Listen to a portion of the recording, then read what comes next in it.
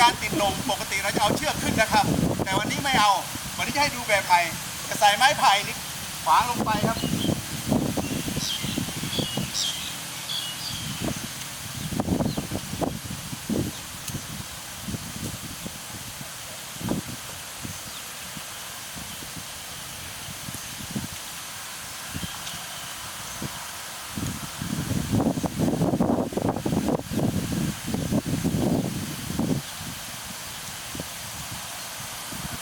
แค่ไม้ไผ่เหรอครับ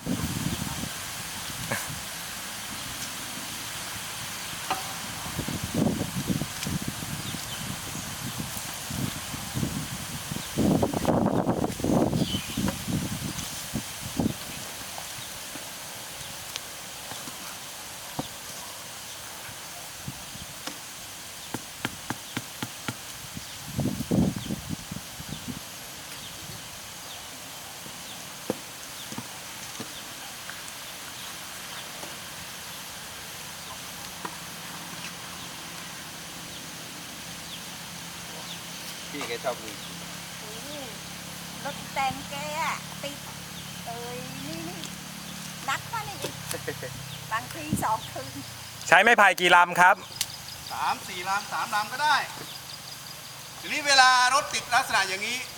คนก็หนักครับคนต้องลงมานะครับคนลงมาอยู่ข้างล่าง